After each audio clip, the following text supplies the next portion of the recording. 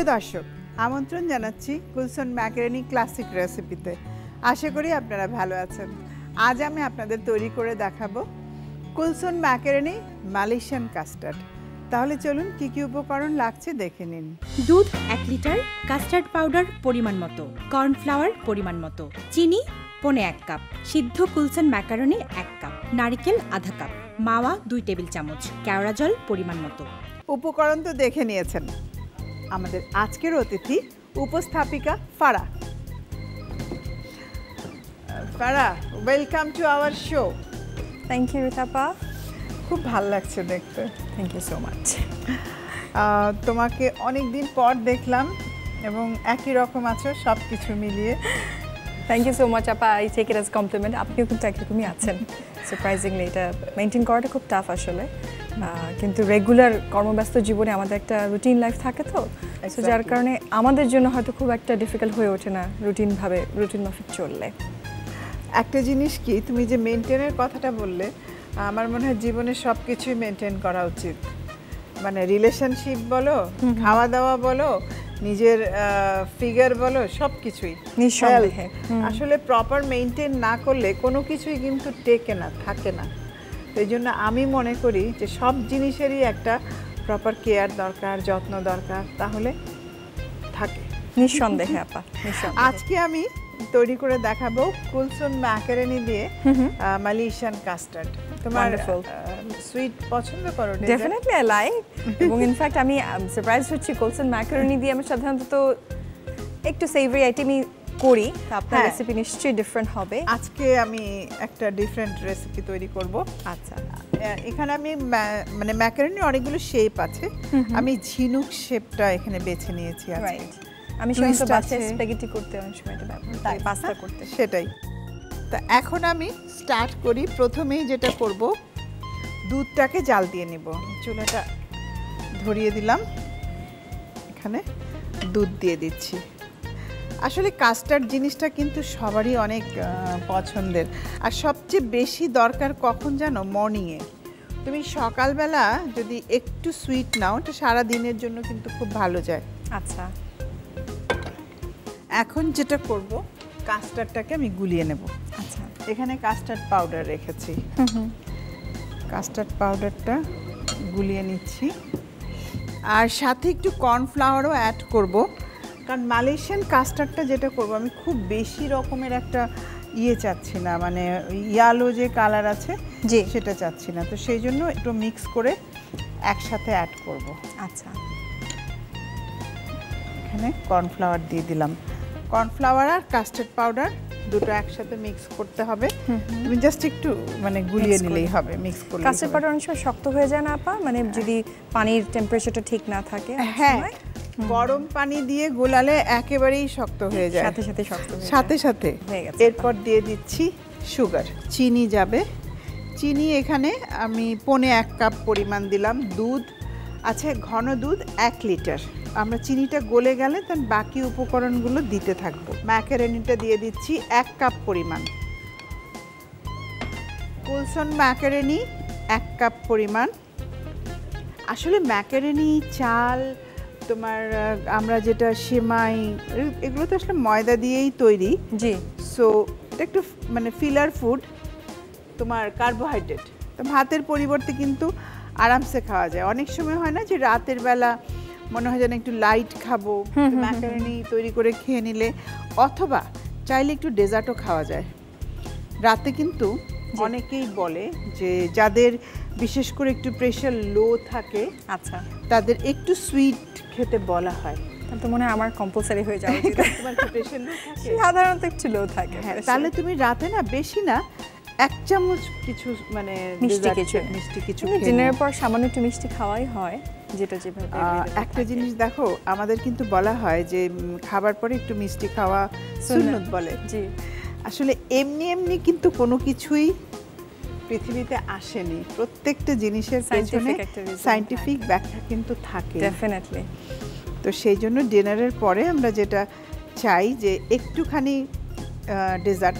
তবে হ্যাঁ, প্রবলেম হলো যারা অনেক খেয়ে ফেলে, তো তুমি এখন তোমার কাছে মজা লাগলো তুমি 2-3 বাটি পায়েস একসাথে খেয়ে নিলে খেয়ে একসাথে, আবার 1 প্লেট ভাত খেলাম, তার সাথে আবার পায়েস নিয়ে নিলাম, এটা একটু বেশি সেখানে হয়ে যায় প্রবলেম। আপনি যে বলছিলেন না প্রথমে মেইনটেনেন্সের কথাটা, এটা কিন্তু খুব জরুরি আপা, মানে পোর্শনটা ফলো portion করা, খুব পোর্শন important। গাইডলাইনটা ফলো করা, এবং এমন যদি হয় যে কোনো একটা বেলাতে সারা দিনের মধ্যে একটু বেশি খেয়ে ফেললাম, এটা কিন্তু আমাদের নিজেদের খেয়াল রেখে একটা সার্টেন এজে পরে খেয়াল রেখে পরের মিলটাতে আমাদেরকে একটু কম্প্রোমাইজ করা উচিত। কারণ শুধু নট অনলি দ্যাট, যাদের ডায়াবেটিস আছে আমি তাদের কাছেও দেখেছি, আমার পরিবারের লোকজনের আছে, আমি দ্যাটস ওয়াই জানি, নিজেই মেনটেন করি। তো সো বলাই আছে ওখানে যে কোন তুমি মেপে দেখবে যে কোনো বেলা যদি তোমার ডায়াবেটিস বেশি হয়ে যায়, জি জি, দেন তুমি আরেক বেলা পরের মিলটা মিলটা কম নাও, হাফ নিয়ে নাও। এক্স্যাক্টলি। কিন্তু আমাদের যেটা প্রবলেম হয় যে হাফ তো দূরের কথা, আমরা তো ভুলেই যাই ব্যাপারটা যে আগের বেলা একটু বেশি খাওয়া যে কি হয়েছে তাতে, খেয়ে ফেললাম আরো আবার। খেয়ে ফেলি।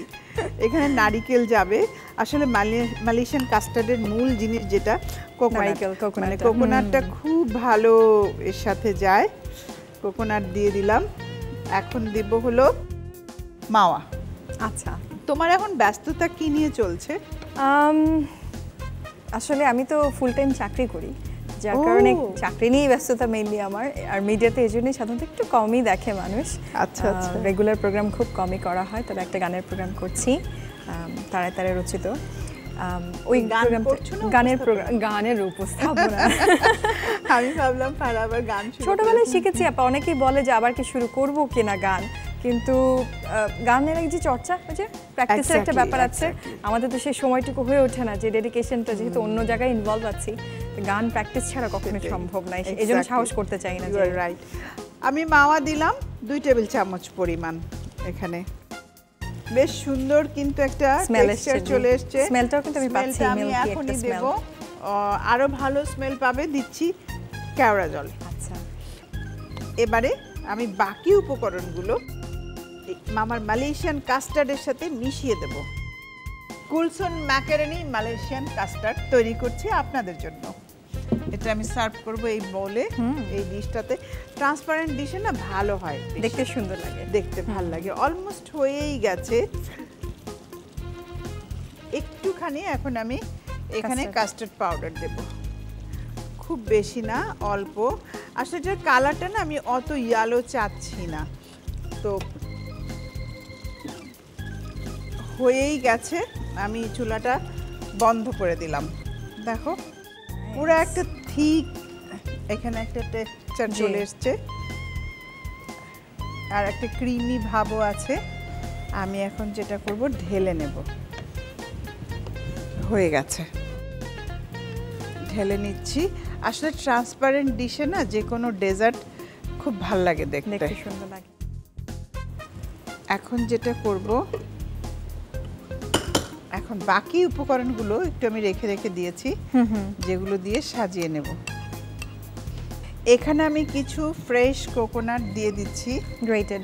হ্যাঁ, গ্রেটেড কোকোনাট। কোকোনাট আমার খুব পছন্দ, ডেজার্টে ভালো লাগে, ভালোই লাগে, সুইটে খুব ভালো যায়।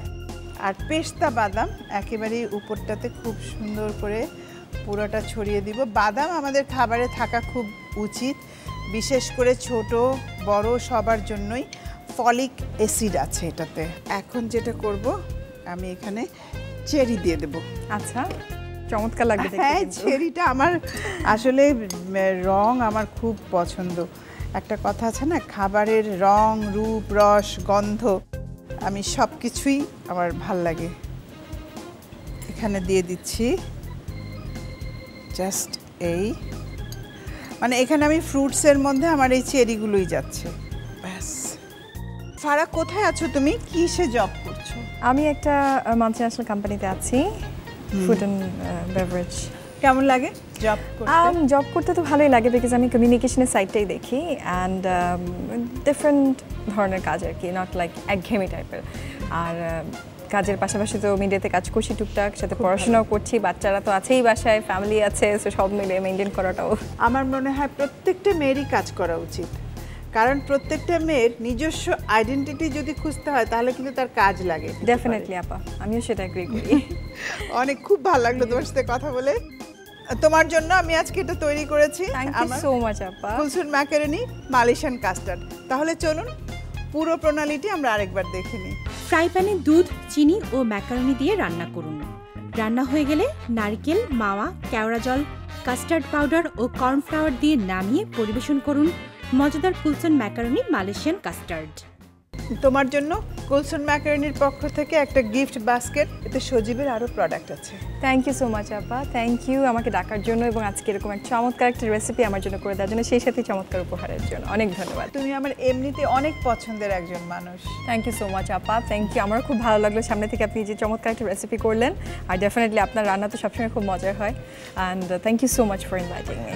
তুমি ভালো থেকো আর ভালো ভালো কাজ করে যাও, এটা আমি দোয়া করছি। দোয়া করেন আপা, অবশ্যই। Thank you so much. প্রিয় দর্শক, আজ আমি আপনাদের তৈরি করে দেখালাম কুলসন ম্যাকারনি মালয়েশিয়ান কাস্টার্ড। আশা করি আপনাদের ভালো লেগেছে, আপনারা তৈরি করবেন, সবাই মিলে খাবেন। দেখা হবে আবারও, সঙ্গে থাকবে নতুন অতিথি আর নতুন রেসিপি নিয়ে। ভালো থাকবেন।